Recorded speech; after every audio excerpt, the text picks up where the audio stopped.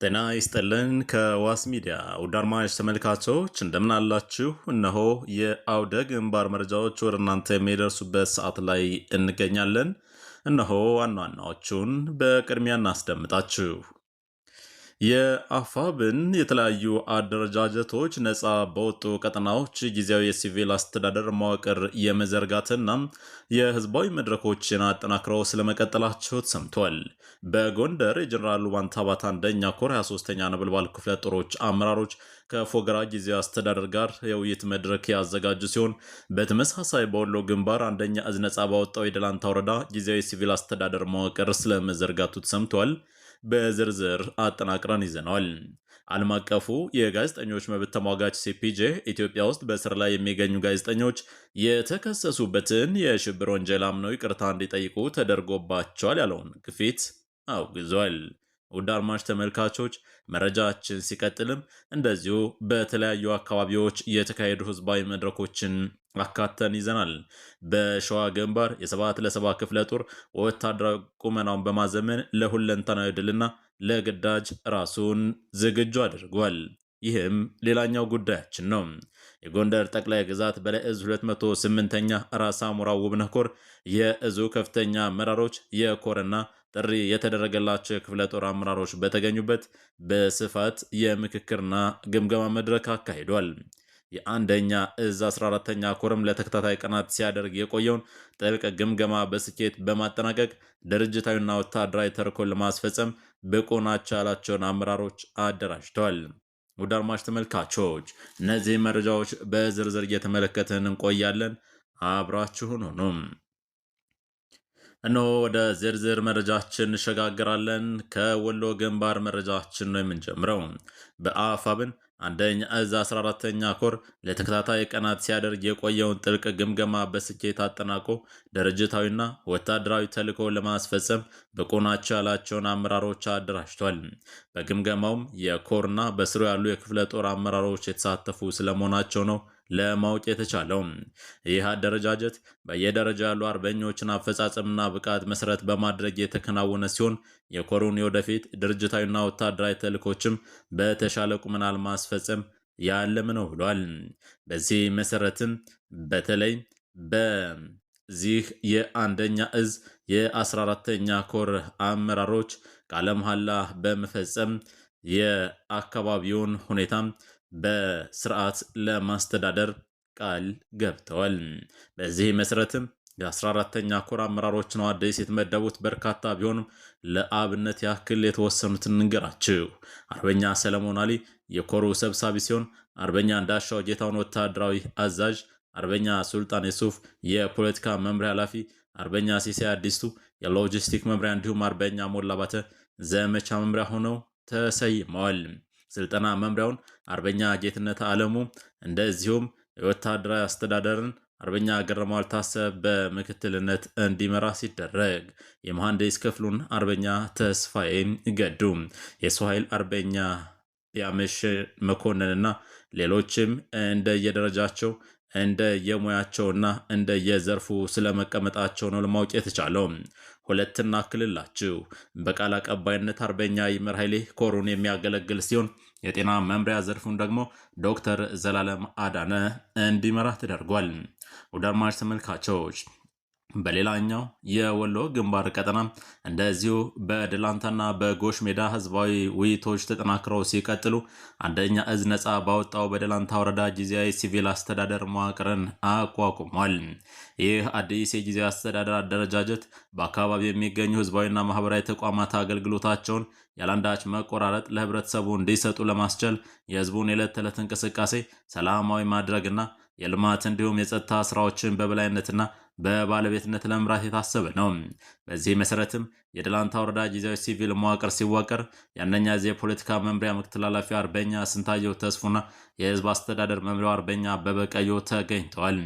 የወረዳውን አጠቃላይ እንቅስቃሴ በበላይነት እንዲመሩ ኃላፊነት የተሰጣቸው አመራሮችም አርበኛ በላይ ሰጠ የጊዜያዊ አስተዳደሩ መዋቅር ዋና አስተዳዳሪ፣ አርበኛ መኳንንት ክፍሌ ምክትል አስተዳዳሪ፣ አርበኛ እንደወሰን ምክሪ አስተዳደር ጽህፈት ቤት ኃላፊ፣ 10 አለቃ ኪዳኑ አስናቀ የአስተዳደርና ጸጥታ ጽህፈት ቤት ኃላፊ፣ አርበኛ ሲሳይ ጥላሁን የገንዘብ ጽህፈት ቤት አርበኛ ሞላ ጉበና፣ የከተማ አስተዳደር ጽህፈት ቤት አርበኛ ኤፍሬም በቃቢል ደግሞ የግብርና ጽህፈት ቤት ኃላፊ ሆነው አዲስ በተዋቀረው የደላንታ ወረዳ ጊዜያዊ አስተዳደር መዋቅር የወረዳውን የህዝብ አገልግሎት አሰጣጥ በማጠናከር የአካባቢውን ሰላምና ደህንነት በአስተማማኝ ሁኔታ በመጠበቅና ህዝባዊ ጥያቄዎችና ፍላጎቶችን በማስተባበር ረገድ የነቃ ሚና እንደሚኖራቸውም እዙ በላከው የግንባር መረጃ ለመረዳት ተችሏል።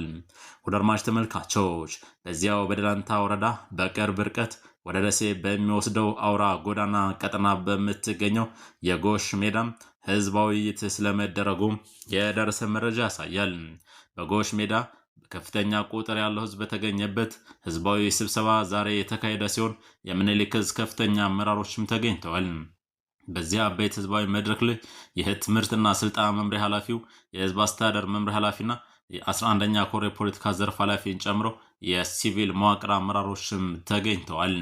በዕለቱ በተደረገው ስብሰባም የህዝቡን አቀራረብና ተሳትፎ እጅግ ከፍተኛና የበርካታ ህብረተሰብ ክፍሎች በነቃ ሁኔታ የተሳተፉበት ሲሆን እስካሁን ድረስ እንደዚህ አይነት መንገድ ግንዛቤ ተፈጥሮልን አናውቅም በማለት የተጀመረውን ግንዛቤ ማስጨበጥ ስራ ተጠናክሮ እንዲቀጥል ህዝቡም ሁልጊዜ ከፋኖ ጎን እንደሚቆም በአንድ ቃል ገልጸውታል። ቀደም ሲል የነበረው አሰራር የተበታተነ እንደነበረ በማስታወስ የአሁኑ የፋኖ መዋቅር የተስተካከለ የመሪነት ቁመና ፖለቲካውን በቅጡና ቦርዶ የተረዳ አመራር ያለው መሆኑን በመጥቀስ ድርጅታችን አፋብን መድኃኒታችንና መዳኛችን ነው ሲሉም አድንቀውታል። በመጨረሻም ህዝቡ በሎጂስቲክም ሆነ በሌሎች አስፈላጊ ነገሮች ሁሉ ከሰራዊቱ ጎን በመቆም አብሮ ለመሰለፍ ዝግጁ መሆኑንም አረጋግጠዋል። ውድ አድማጭ ተመልካቾች ወደ ሌላኛው ግንባር ስናቀና ጎንደርን እናገኛለን። በጎንደር ጠቅላይ ግዛት በላይ ዕዝ ሜጀር ጀነራል ባንታባት አንደኛ ኮር ስር የሚገኙ 23ኛ ነበልባሉ ክፍለ ጦር አመራሮች ከፎገራ ወረዳ ጊዜያዊ አስተዳዳሪዎች ጋር ምክክር አድርገዋል። በዚሁም ከፎገራ ወረዳ ሲቪል ጊዜያዊ አስተዳዳሪዎች ጋር በተደረገው ውይይትም የመልካም አስተዳደር ችግሮችና የትግሉን ህዝባዊ ደጀነት በተመለከተም በጥልቀት ተነስቷል። በዚህም የወረዳው ጊዜያዊ አስተዳዳሪዎች የህዝብ ጠላት የሆነውን የብልጽግና ስርዓት ሙሉ በሙሉ ለመደምሰስ የሚያስችል ጠንካራ የሰራዊት ቁመና ላይ እንዲገኝ የሚያስፈልገውን ድጋፍና ተቋማዊ ዝግጅት እንደሚያደርጉና ከዚህ ጎን ለጎን የህዝባችንን የመልካም አስተዳደር ችግር መፍታት በሚያስችል ቁመና ላይ መሆኑንም አስምሮበታል።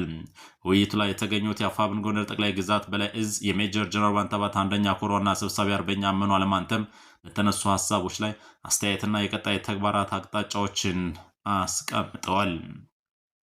አሁንም በጎንደር እንቆያለን።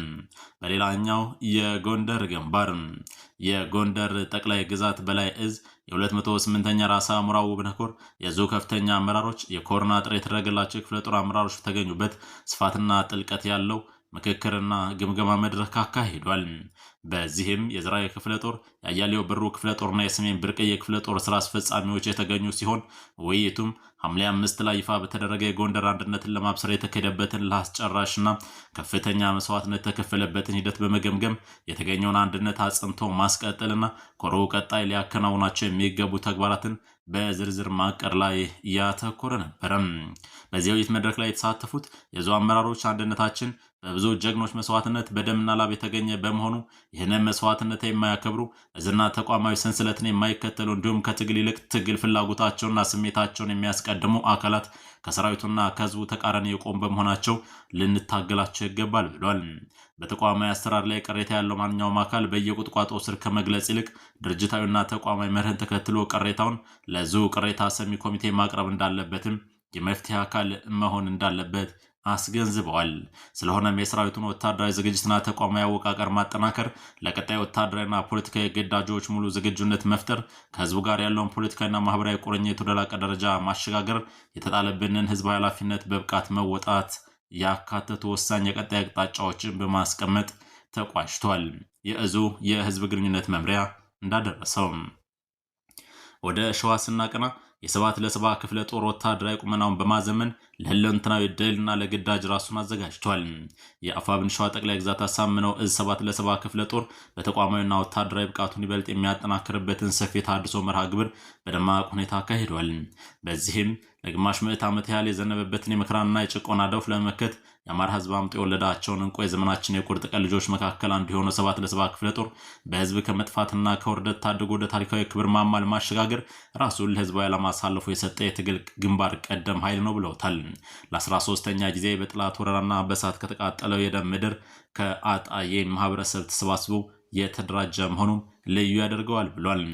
በዚህ ልዩ ምክርና ውይይት ላይ የተገኙትን የአፋብን ተቀዳሚ ምክትል ሊቀመንበርና የፖሊት ቢሮ አባል አርበኛ መከታው ማሞ ባስተላለፉት መልእክት የትግሉን ቁርጠኝነት ገልጸው ሶፍት ላኩላቸው ላሉን መንጋዎች እኛ ደግሞ ዳይፐር ላኩላቸው ነው መልሳችን ሲል ገልጾታል። ሌላኛው የአሳምነው እዝ ሰብሳቢና የአፋብን ስራ አስፈጻሚ አባል አርበኛ ደሳለኝ ሲያስብ ሸዋ ትግላችን ግብን እንዲመታ መሰረታዊ ሀዲዱን ዘርግተን እየተጓዝን ነው ሲልም ገልጿል። እንዲሁም የአሳምነው እዝ ዋና ወታደራዊ አዛዥ አርበኛ ማንሸቱ በበኩላቸው የወታደራዊ ዝግጁነቱን ደረጃ በማጉላት ራሳችሁን ለቀበሌና ለወረዳ ሳይሆን ለመጨረሻው ታላቅ ግዳጅ አዘጋጁ ሲሉ ለሰራዊቱ ወታደራዊ መመሪያንም አስተላልፏል።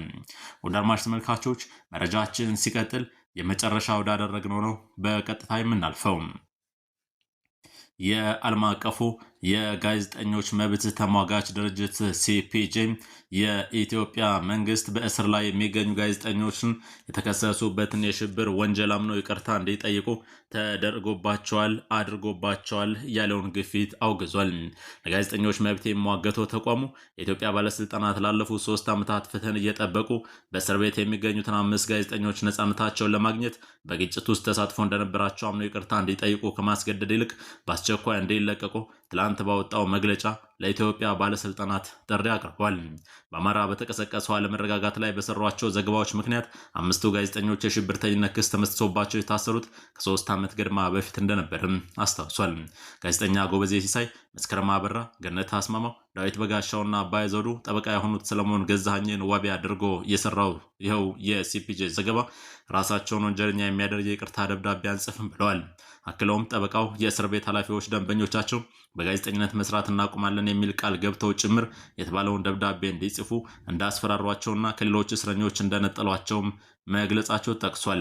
እነዚህን 5 ጋዜጠኞች ለዓመታት እስር ቤት ካቆዩና ፍርዳቸውን ካዘገዩ በኋላ የኢትዮጵያ ባለስልጣናት አሁን አስገድደው በፍርድ ቤት አልፈጸምም ያሏቸውን ወንጀሎች ጭምር እንዲያምኑ ግፊት ያደርጋሉ ያሉት ሲፒጄ የአፍሪካ ፕሮግራሙ አስተባባሪ ሙቶኪ ሞሞም የጋዜጠኞቹን ስም ዘርዝረው ባለስልጣናቱ እነሱን ለማዋረድና ለማታለል ያደርጋሉ ያሉትን ጥረት በማውገዝ እንዲለቀቁና የጋዜጠኝነት ስራቸውን እንዲሰሩም ጠይቋል።